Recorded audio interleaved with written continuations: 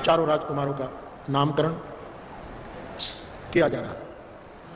माँ कौशल्या के गोद में अंक में सांवरा राजकुमार साक्षात श्री हरि ब्रह्म बालक बनकर के खेल रहा है। वशिष्ठ जी ने राजन को कहा कि राजन, ये बालक आनंद का समुद्र है, सुख की राशि है, त्रिलोक में उसकी उपस्थिति रहती है निरंतर। ये बालक का नाम दुनिया को विराम, विश्राम और विराम दे सके, आराम दे सके, इसलिए मैं इस बालक का नाम राम रखने जा रहा हूं। और भगवान वशिष्ठ जी ने कौशल्या के पुत्र का नाम राम रखा और पूरी अयोध्या ने इस राम नाम को बधाई के साथ, जय घोष के साथ, इस पावन नाम को, इस आदि अनादि नाम को, इस महामंत्र को पूरी अयोध्या ने स्वीकार किया। समझ में नहीं आ रहा है कि यह नामकरण संस्कार था कि मंत्र दीक्षा संस्कार था। लगता है तो एक विधि, जैसे हमारे परिवारों में एक के बाद एक विधियां होती है, बच्चा पैदा होता है उसके बाद, लेकिन राम कथा तो उसकी, मैंने कल भी कहा कि इसका अंदाज भी लगे, उसकी आवाज भी लगे, उसकी अदाएं भी लगे। नाम रखते हुए वशिष्ठ जी ने राम महामंत्र की सार्वभौम उद्घोषणा की। 100 सुखधाम राम असनामा अखिल लोकदायक विश्रामा। इसका नाम मंत्र बनकर पूरे विश्व को विश्राम प्रदान करेगा, उसका नाम मैं राम रखता हूं। और एक बात और कह के मैं आगे बढ़ूं कि दशरथ जी के घर पैदा हुआ ये बालक राम, और वशिष्ठ जी ने उसका नाम राम रखा। तब से ही राम नाम धरती पर नहीं, धरती पर तो राम नाम आदि अनादि काल से है। कबीर साहब को कहना पड़ा, नाम अनंत रहत है जग में, दूजा तत्व न कोई। कई लोग मानते कि दशरथ के बेटे का नाम जो राम है वो दशरथ और उसी समय, नहीं, दशरथ के पुत्र ही राम है तो भगवान शंकर तो आदि अनादि है, वो किस राम का नाम जपते थे? वो तत्व कौन था? राम अनंत है, उसका नाम अनंत है बाप, ये महामंत्र है। लोग बहुत प्रसन्न हुए ये विश्रामदायक मंत्र प्राप्त करके। राम के समान वर्ण, राम के समान स्वभाव, राम के समान ही रूप कई कई पुत्र के, वो देखकर वशिष्ठ जी बोले दूसरे पुत्र का नाम, विश्व भरन पो सन कर जोई, विश्व भरन पो सन कर जोई, ताकर भरत अस होई, ताकर नाम।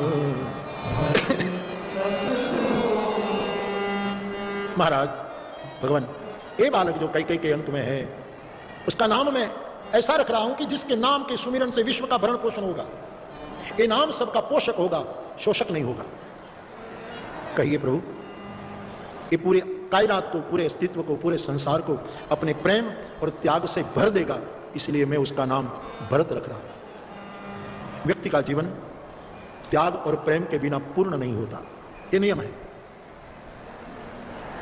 नारद जी भक्ति सूत्र लिखते हैं तो दूसरा ही सूत्र नारद का, जो भक्ति सूत्र 84 जो 84 भक्ति सूत्र है, इनमें मैं न भूलता हूं तो दूसरा ही सूत्र है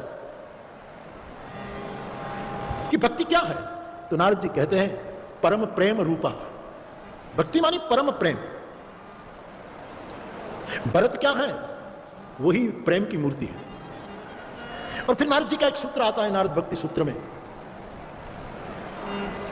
तत् लब्ध्वा पुमान सिद्धो भवति, अमृतो भवति, तृप्तो भवति। ये तीन बात नारद, जब ये प्रेम आ जाएगा तो आदमी भर जाएगा। नारद कहते हैं सिद्धो भवति। प्रेम जब जीवन में आता है तो आदमी सिद्ध हो जाता है, आदमी तृप्त हो जाता है और आदमी अमृत तत्व को प्राप्त कर लेता है। नारद के मन में भक्ति की व्याख्या प्रेम है, जिसकी हम चर्चा कर रहे हैं। तस्मिन् प्रेम परम प्रेम रूपा, ऐसा सूत्र, दूसरा ही सूत्र है। और प्रेम तत्व ऐसा है बाप की, हमें भर देता है, तृप्त कर देता है, अमृत प्रदान करता है और सिद्ध कर देता है। सिद्ध होना मानी क्या? ठाकुर रामकृष्ण परमहंस कहा करते थे कि चावल जब पक जाता है तो ठाकुर कहते सिद्ध हो गया। जिस घटना से जहां तक जाना चाहिए वहां तक पहुंचना, उसी का नाम है सिद्ध होना। एक बीज वृक्ष बन जाए और कई दूसरे बीजों को पैदा कर दे, वो उनकी सिद्धता है। एक अच्छा गायक गाता गाता गाता गाता पूर्णता की ओर जाता जाता एक अच्छी भैरवी गा दे, वो सिद्धो भवति, ये सिद्धो भवति। जाते जाते जाते जाते आखिरी सूत्र तक पहुंच जाए। हम जो होने के लिए यहां आए हैं वो जब हम बन जाते हैं सिद्धो भवती, लेकिन ये प्रेम से हुआ जाता है। तृप्तो भवती, अमृतो भवती, ऐसे सूत्र है नारद के प्रेम के बारे में। भरत प्रेम मूर्ति होने के नाते सबको तृप्त कर देगा, भर देगा, इसलिए मैं इसका नाम भरत रखता हूं। विश्व भरन को सन कर जोई, ताकर नाम भरत अस हो। पूरी सभा ने भरत नाम को प्रेम से कबूल किया। जाके सुमिरन, जाके सुमिरन, नाम शत्रुघ्न वेद प्रकाश, नाम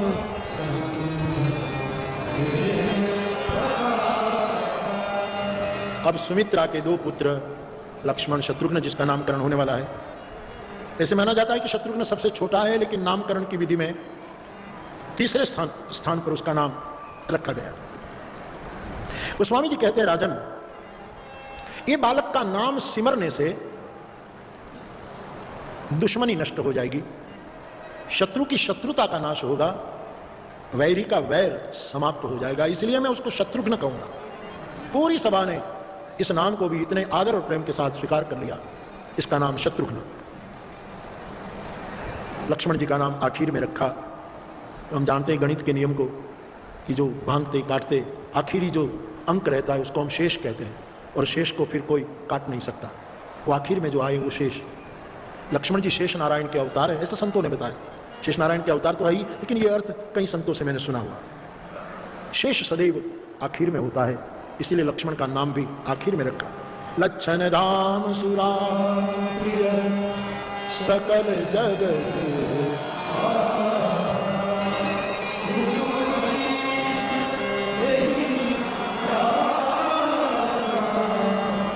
लक्ष्मण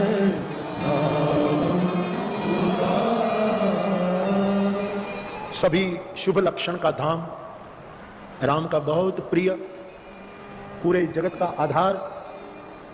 वशिष्ठ जी कहते हैं, इस बालक का नाम मैं लक्ष्मण रखता हूं, ये बड़ा उदार बालक है। पूरी सभा ने लक्ष्मण जी के नाम की उद्घोषणा को भी बहुत प्यार से कबूल किया। धरे वो नाम गुरु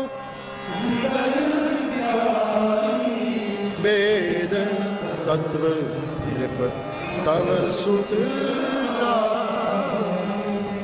चारों पुत्रों का नाम रखा और वशिष्ठ जी ने कहा, राजन, ये तुम्हारे पुत्र तो है ही, लेकिन स्थूल रूप में पुत्र है, सूक्ष्म रूप में ये चार वेदों के सूत्र है, वेदों के तत्व है। गुरुदेव ने नामकरण संस्कार किया। हमारी पद्धति ये रही कि गुरुजन नामकरण करते थे। भगवान कृष्ण का नामकरण करने के लिए गर्गाचार्य जी पधारे थे, जिसने गोष्ठ में प्रभु का नामकरण संस्कार की विधि की।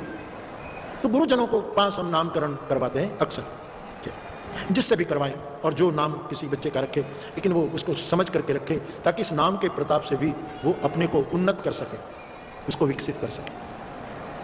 तो नाम की बड़ी महिमा है, और मेरी व्यासपीठ हर वक्त बोली है। जैसे मैंने आज कहा कि वशिष्ठ जी ने नामकरण तो बहाना है, राम महामंत्र को सार्वभौम कर दिया, एक मंत्र दीक्षा कर दी। लेकिन कोई गुरु मंत्र दीक्षा देता है तो मंत्र जपने की कुछ विधि भी बताता।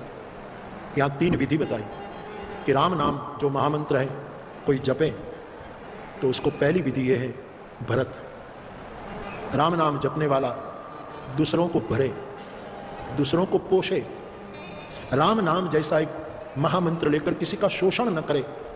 ये एक महत्व की सूचना। हम राम नाम लेते हो, जो भी नाम, लेकिन हमसे किसी का शोषण न हो, वो ध्यान में रखो। तो भरत का नाम एक प्रकार का व्रत है हरि नाम लेने वालों के लिए, कि हम सबको भरेंगे, किसी का शोषण नहीं करेंगे। दूसरा, हरि नाम लेने वालों के लिए दूसरा व्रत है, हम किसी के प्रति शत्रुता नहीं रखेंगे। सामने वाला दुश्मनी रखे, ये उनके कर्म, लेकिन हे हरि, मैं हरि नाम जपता हूं, मेरे मन में कभी भी किसी के प्रति द्वेष और दुश्मनी पैदा न हो। इसलिए दूसरा व्रत है, किसी के प्रति दुर्भाव न रखना हरि नाम लेने वालों को। तीसरा व्रत है परमात्मा का नाम लेने वाला थोड़ा परमात्मा का काम भी करे। परमात्मा का काम करना मानी सबका आधार बने। लक्ष्मण तो पूरी दुनिया के आधार बने शेष नारायण के रूप में, क्योंकि उनकी फना पर पृथ्वी है, इसलिए आधार। हम सबका आधार न बन पाए, लेकिन हमारी औकात के अनुसार जिन जिन लोगों को हम खड़ा कर सकें, आधार बने, कुछ न कुछ उसकी सेवा करके हम उसको प्रोत्साहित करें। कोई तेजस्वी विद्यार्थी को हम फीस भर दें, कोई गरीबों को इज्जत के साथ कुछ ऐसा प्रदान किया जाए कि वो समाज में खड़ा हो जाए, कोई मरीज की ऐसी चिकित्सा करवाई जाए कि वो फिर अपना आरोग्य लाभ प्राप्त करें। तो हरिनाम जपने वालों को चाहिए राम नाम के साथ थोड़ा राम का काम भी करें। ये जरूरी है। अकेले काम न करो, राम राम रटते रहो तो भी राम नाम कभी फैल नहीं जाएगा, लेकिन दुगुना लाभ होगा जब हम काम करेंगे, दूसरों के लिए राम नाम जपते जपते काम करें। तो मेरे भाई बहन, हमारे गुजराती में बिल्कुल सीधी सादी पंक्ति है, वैसे कोई कविता नहीं, कीर्तन के रूप में, करता जाजो घरना काम और लेता जाजो हरिनु नाम। राम नाम रटते रटते कम से कम घर का काम भी करो, पड़ोसी का काम करो, विस्तार करो, सामाजिक क्षेत्र में जाओ, अथवा तो सामाजिक काम जिसको करना है वो भी बिना राम नाम करेगा तो सामाजिक क्षेत्र में उसको अहंकार आ जाएगा। गांधी बापू की सामाजिक सेवा विश्व में सफल रही, इसका एकमात्र कारण है बुनियाद में हरि नाम था, राम नाम था, प्रार्थना थी। कभी प्रार्थना चुके नहीं, कभी रघुपति राघव राजा राम का कीर्तन न हुआ हो सुबह शाम, ऐसा कभी नहीं हुआ। प्रभु के नाम के साथ समाज का काम, अथवा तो समाज का काम करने वाला राम नाम न चुके। राम नाम माने हरि नाम, जो नाम आपकी मौज। तो ये नामकरण संस्कार का ये छोटा सा प्रसंग रामचरितमानस का मुझे लगता है हमें आध्यात्मिक प्रेरणा देता है। तो चारों भाइयों का नाम इस रूप में रखा और कहा कि चारों वेदों के महत्व के सूत्र है।